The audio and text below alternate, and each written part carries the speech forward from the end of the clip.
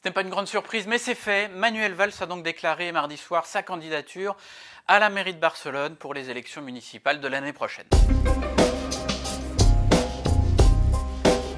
Depuis cette annonce, Manuel Valls essuie des critiques évidemment sur le fait qu'il abandonne ses électeurs de l'Essonne, à peine plus d'un an après le début de son mandat. Critique aussi parce qu'il apparaît un petit peu comme une caricature de ces professionnels de la politique qui sont incapables de passer à autre chose et par exemple de se reconvertir dans le privé quand ils essuient un échec ou une déception. Et pourtant, il serait dommage de s'en tenir simplement à l'ironie. Cette démarche de Manuel Valls, c'est un symbole dont finalement les défenseurs de l'Europe devraient s'emparer. Symbole parce que cette démarche d'un ancien chef de gouvernement de se présenter au-delà des frontières, dans un autre pays de l'Union européenne, elle est inédite et elle intervient au moment où les partisans du repli à l'intérieur des frontières nationales gagnent du terrain partout en Europe, en Hongrie, en Pologne, en Suède ou en Italie par exemple. Symbole aussi parce que Manuel Valls est né dans une Espagne qui à l'époque n'était pas démocratique et dont personne n'imaginait qu'une génération plus tard,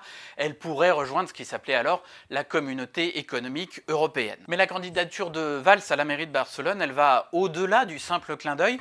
Ça fait plus d'un an maintenant que l'ancien Premier ministre est vraiment engagé et a pris position contre les indépendantistes catalans et contre ce qu'ils considèrent finalement comme une forme locale de ce populisme qui gangrène l'Europe. Finalement, on a connu des parachutages politiques bien moins légitimes que celui-là.